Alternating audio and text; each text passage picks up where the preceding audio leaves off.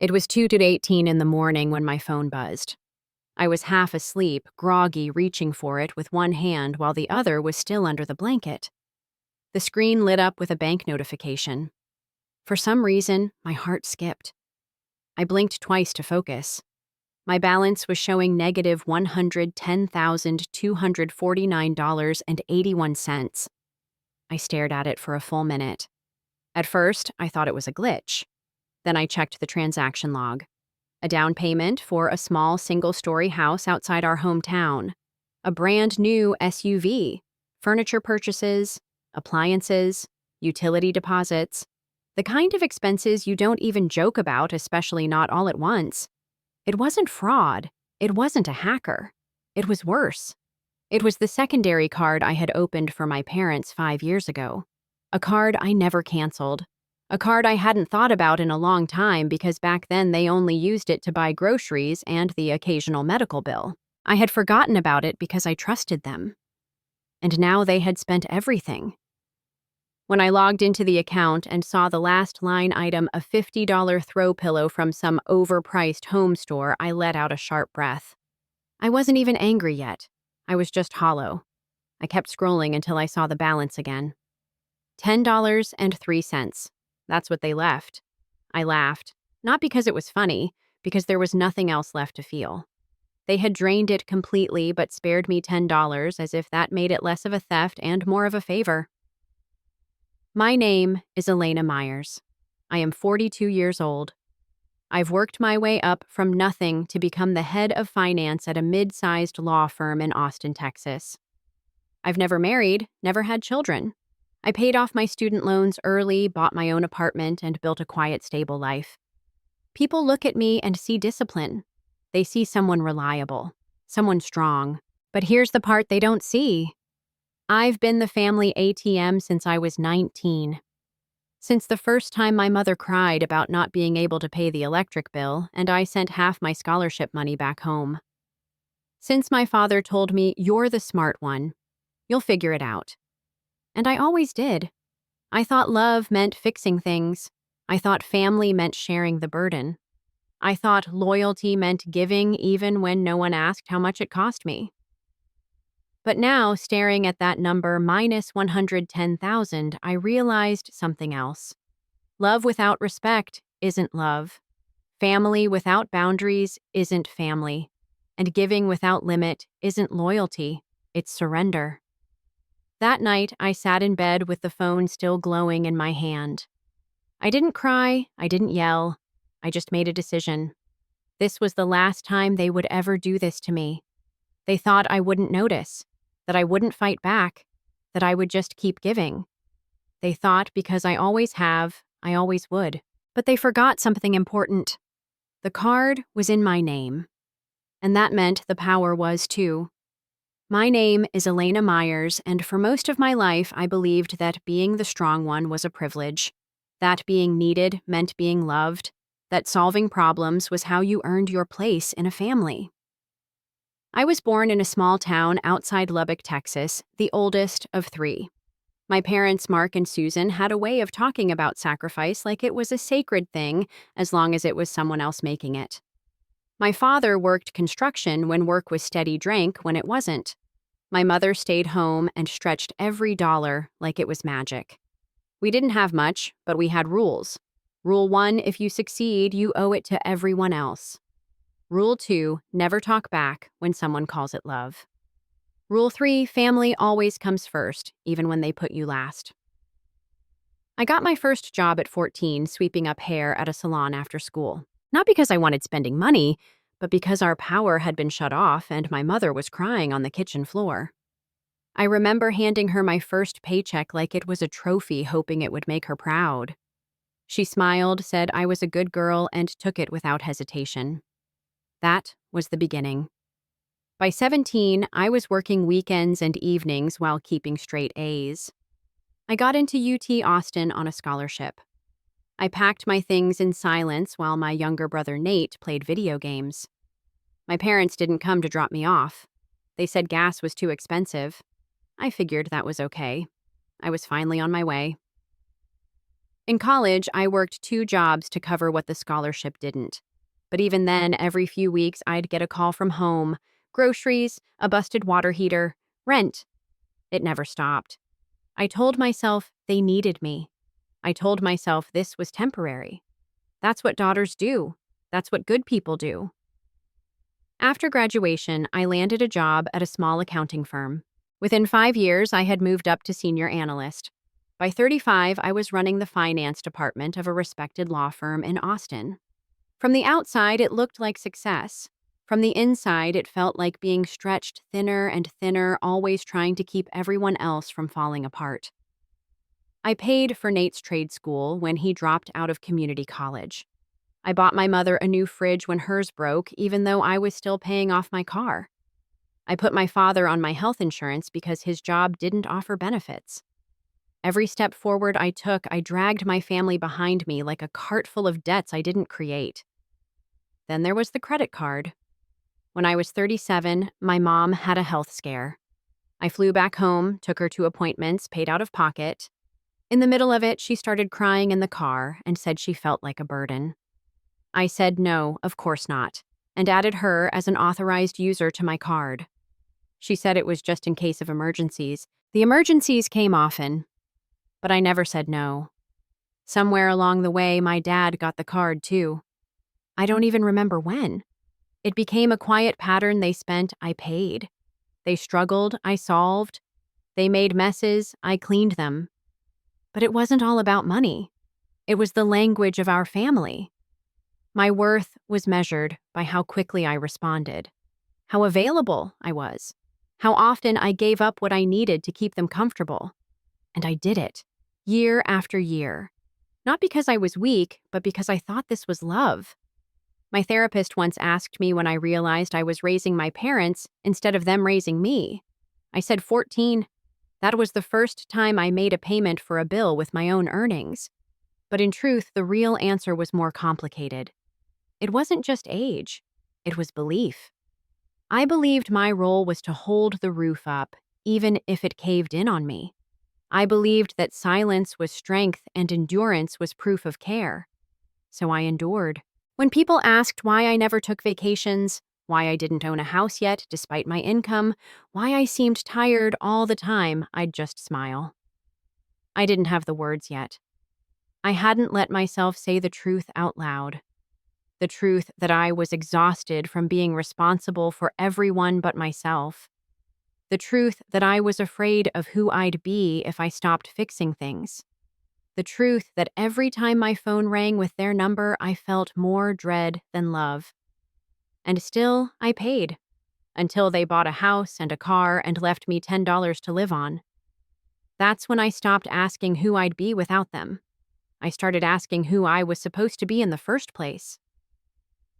The morning after I saw the bank notification, I sat at my kitchen counter with a mug of coffee that had long gone cold. I hadn't slept. I had gone through every transaction line by line just to make sure I wasn't misunderstanding something. But the evidence was clear. They hadn't just used the card, they had planned it. The car was bought from a dealership in our hometown. The house was in escrow with my name listed as the financial guarantor, and the furniture, brand new, coordinated, expensive, was delivered within 2 days. It wasn't an emergency. It was a shopping spree. I called my parents' house around 7:30 a.m. My father answered on speaker. I could hear a television in the background and my mother laughing. "Hey, it's me," I said, trying to keep my voice steady. "Something's wrong with my account." My dad's voice came through casual, almost annoyed. "Oh, you mean the card? Yeah, your mom used it for the down payment and all. Everything's under control." I stared at the phone like it had grown teeth. "You used my card to buy a house?" I asked. There was a pause, then he answered. "It's for the family. You don't live here anymore, but this is still your home." I felt something in me twist, something I hadn't felt since I was a child. "Why didn't you ask me first?" I finally said. My mother's voice cut in sharp, "Because you never say yes. And this time we needed it. We were tired of waiting for you to do the right thing." "The right thing?" I repeated. My voice cracked. "You emptied my account." We didn't empty it, she said with a dry chuckle. There's still money left. $10, I whispered. You left $10. Well, she said we thought that was enough for you to get some coffee or something. You always drink that fancy stuff. My father added, Look, Elena, you owe us. You're where you are because of us. We didn't ask for much before. This is just payback. I sat in silence, holding the phone, my mind spinning, but my body frozen. Payback. That's what they called it. My career, my sacrifices, my 23 years of helping them every step of the way, all of that had been a debt in their eyes. I wasn't a daughter. I was a loan they intended to collect on. They spoke like it was logical, like it made sense, like I should have seen it coming. My mother ended the call with a final sentence that shattered something inside me. You have more than enough, Elena. Stop being selfish. I hung up without a word. I didn't scream. I didn't beg for an apology. I didn't explain how it felt. I just sat there still. Something inside me had gone quiet. Not numb, but focused. Sharp. Alive. That afternoon, I called my bank. I reported unauthorized activity. I locked the credit card and requested a full investigation. I contacted the dealership and provided documents showing that I never approved the transaction. I contacted the escrow office and revoked my financial backing. My name was removed from the pending house contract within 36 hours. I didn't call my parents back. I didn't answer when they called. The texts came next. My dad, what the hell are you doing? You're ruining everything. My mom, why are you being so dramatic? My brother Nate, seriously. You froze the payments, the house is getting pulled, but then the messages changed. My mother, again, please talk to us. We didn't mean to hurt you. My dad, your family. You don't do this to family. That word again. Family. It only seemed to matter when things fell apart. It was never used when they made choices behind my back, when they drained me, when they called me selfish for setting limits. I ignored them. I spent that night reviewing every joint account, every recurring payment, every document I had ever signed for them. I began unraveling the web. I canceled the phone plan I had been paying for since I was 28. I stopped covering their utility bills. I ended the Amazon Prime account my mother used to order things she never asked permission for. I unsubscribed them from streaming services they insisted they needed to stay connected. I removed myself as co-signer from my brother's car loan. I contacted the hospital and removed myself as emergency contact. I made a list titled What They Took and added every item not for revenge, but for clarity, for proof. They had taken more than money. They had taken time, energy, trust, peace, and they had done it without blinking. That week, I didn't sleep much. I worked during the day, and at night, I handled the cleanup of a life built on obligation. They kept calling. I kept deleting the voicemails. Then on Friday evening, they showed up at my apartment. I live in a gated complex, but someone must have tailgated through. I saw them through the peephole. My dad was pacing, red-faced, phone in hand. My mom was in a leopard print coat, crying loudly enough for the neighbors to hear. She rang the bell over and over. Elena, please just come out and talk. My father banged on the door. We raised you. We trusted you. How could you do this to your own parents? I stood inside, clutching a mug of tea, watching them. I didn't move. I didn't speak. I didn't open the door. After 10 minutes, their shouting turned to pleading. After 12, they gave up. The silence after they left was deeper than anything I had ever known. That night, I changed my phone number. I sent a final email to my lawyer requesting full disconnection from all legal and financial ties. It included removing power of attorney, revoking joint bank account access, and a declaration that any further unauthorized activity would be treated as fraud. It wasn't rage, it wasn't revenge, it was responsibility finally turned toward myself. They had treated me like a resource, a bottomless well, but I had always been a person. They just chose not to see that. Saturday morning began with sunlight and silence. No calls, no buzzing phone, no forced conversation. I made coffee and sat by the window, watching the trees shift slightly in the wind. I had always wondered what peace looked like. It turned out it looked like this: a quiet kitchen, a locked door, and a cleared calendar. Around noon, I received a text from my cousin Rachel. She rarely got involved, but this time she sent a message that read, "Your mom says the gas got shut off at their house. It's freezing. Did you cancel it?" I stared at the screen for a long time before replying, "No, I just stopped paying for it."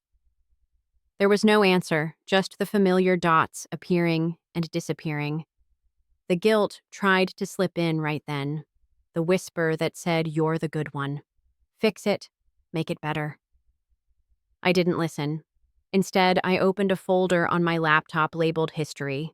Inside were saved emails, screenshots, transaction logs, proof of everything they had taken without asking. The money for Nate's school he never finished. The furniture I bought when they said the roof leaked. The birthday dinners they charged to my card without even inviting me. The time they borrowed $10,000 for an emergency and used it for a vacation. I went down the list line by line, reminding myself that this wasn't abandonment. This was remembering who I was. The next day, a new email came from an unrecognized address. The subject line read, "Please read." It was from my mother. I didn't open it. I didn't need to. The subject alone told me everything. It was another attempt to twist the narrative, to make it seem like I was the one who had changed, not them. But I hadn't changed. I had only stopped performing. I had only stopped pretending that love meant being used. I had only stopped accepting the lie that silence was kindness. Monday, a coworker brought in donuts and asked how my weekend was. I said it was peaceful. That was the first time in years I meant it. No financial fires, no family drama, no emergency dressed up as duty. That week, I took back everything that was mine. My time, my name, my power. I called every institution where my information might still be connected to them. I had my name removed from the tax documents I used to file for them each year. I canceled the gym membership they had signed up for using my card. I ended the Costco account. I shut down the credit monitoring service I had been paying for on their behalf. Slowly, methodically, I removed every access point. No warning, no goodbye, just clarity. And then a week later, I attended my Aunt Linda's retirement party. She had always been kind to me, never asked for anything. She just showed up when it mattered. So I showed up for her. I wore a simple black dress, hair pulled back, face calm. As I entered the hall, I felt eyes on me. My parents were already there. My father had a cane now. My mother was seated wearing a pale blue dress and a forced smile. They saw me, but I didn't acknowledge them. I wasn't rude, I just wasn't available. I sat at a table near the front next to Rachel, who leaned over and whispered, "They weren't sure if you'd come." I replied I didn't come for them. Throughout the evening, I felt their stares. I could hear pieces of their conversation from across the room. Words like disrespectful, ungrateful, heartless. Words they used freely now. I sipped my drink and let them float past me like background noise. At one point, my father stood and walked slowly toward my table. He paused, hand on the back of a nearby chair, and said, "You look different." I met his eyes and replied, "I am." He nodded like he wanted to say more, but I raised my hand slightly, not aggressively, just enough to say, "Stop. I'm here for Aunt Linda. That's all." He walked away. The room buzzed around me, but I remained still. This wasn't a confrontation. It wasn't even a moment. It was a statement, a quiet declaration that I was done being their fallback plan, that I had nothing left to explain. During the toast, Aunt Linda thanked everyone for coming. She thanked her coworkers, her friends, and then said, "And to those who always showed up without being asked, who gave love without condition, you know who you are." She glanced at me for half a second, and I smiled. It was enough. After the event, I drove home with the windows cracked open. The night air was cold, but not sharp. It felt clean. At home, I lit a candle, ran a hot bath, and let the silence wrap around me like a blanket. The next morning, I found a voicemail from my mom.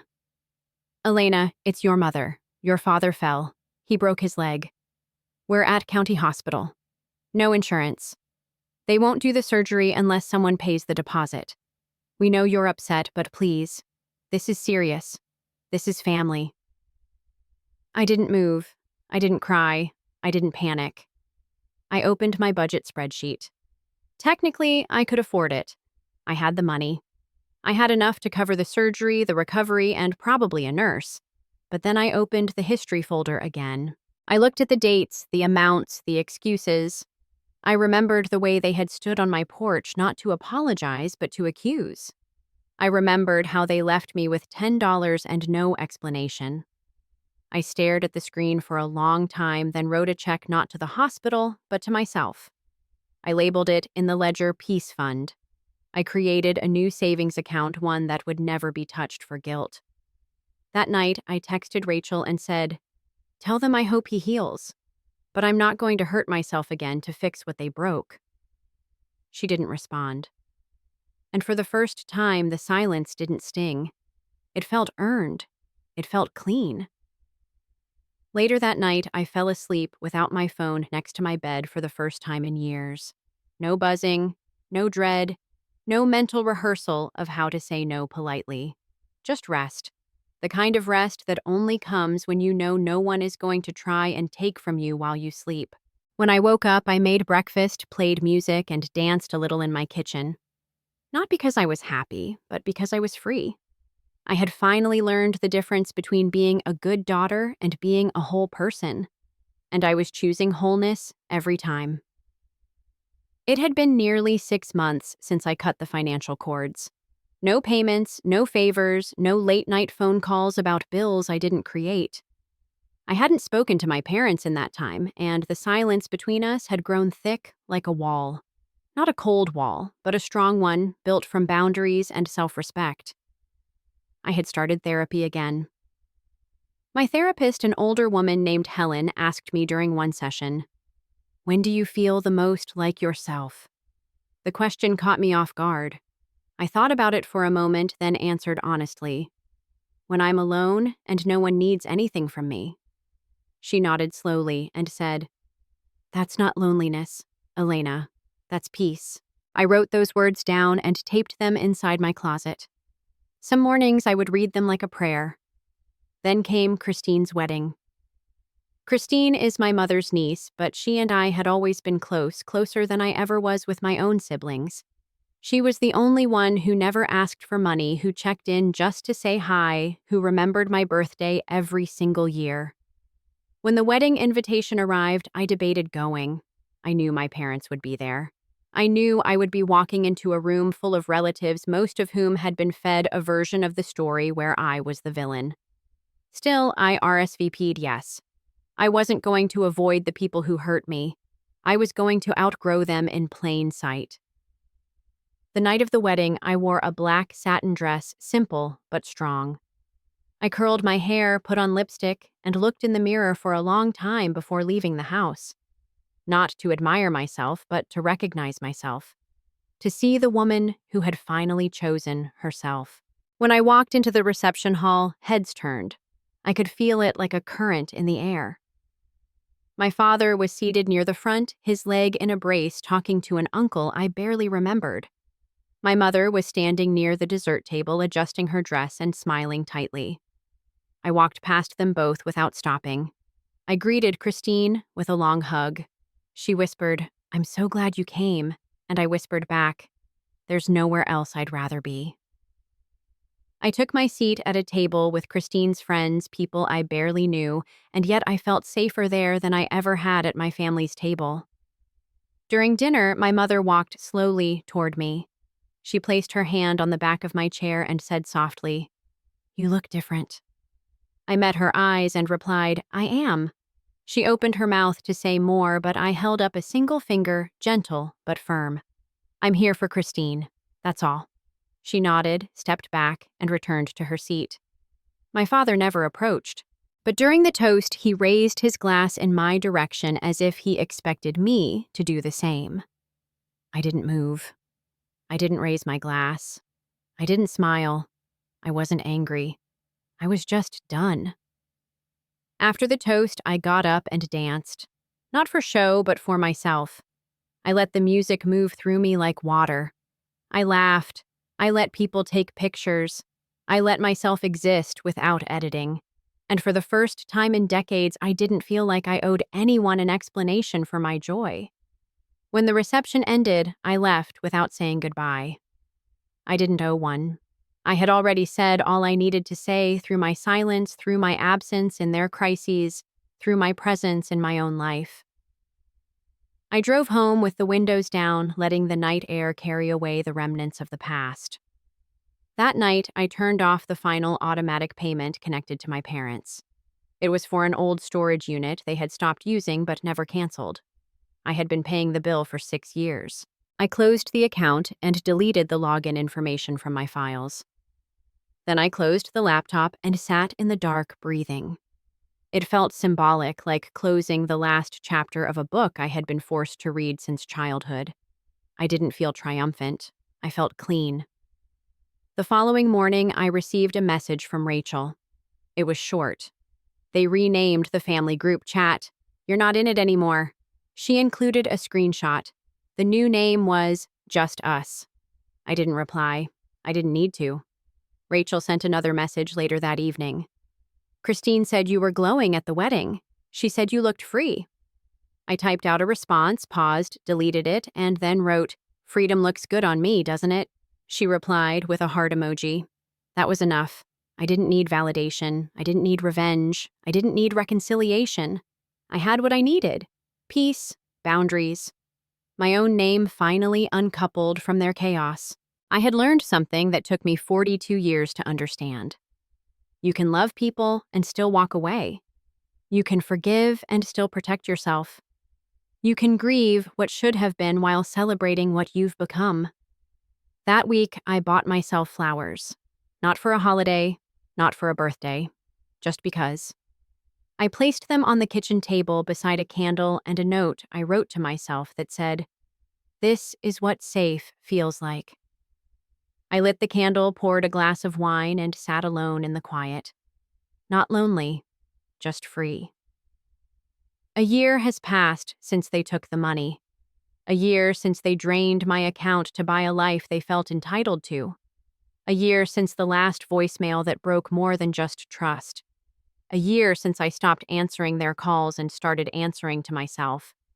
I thought the guilt would linger longer. I thought the silence would feel heavier. But something unexpected happened. The further I stepped into my own life, the lighter I felt.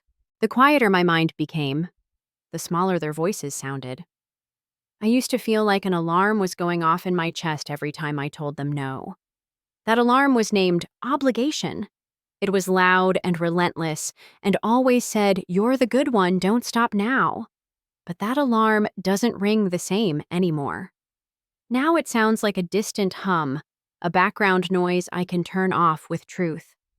And the truth is, I gave them everything, not because I had to, but because I didn't know I had a choice. Now I do. I built something new. My own apartment filled with colors I chose and silence I welcomed.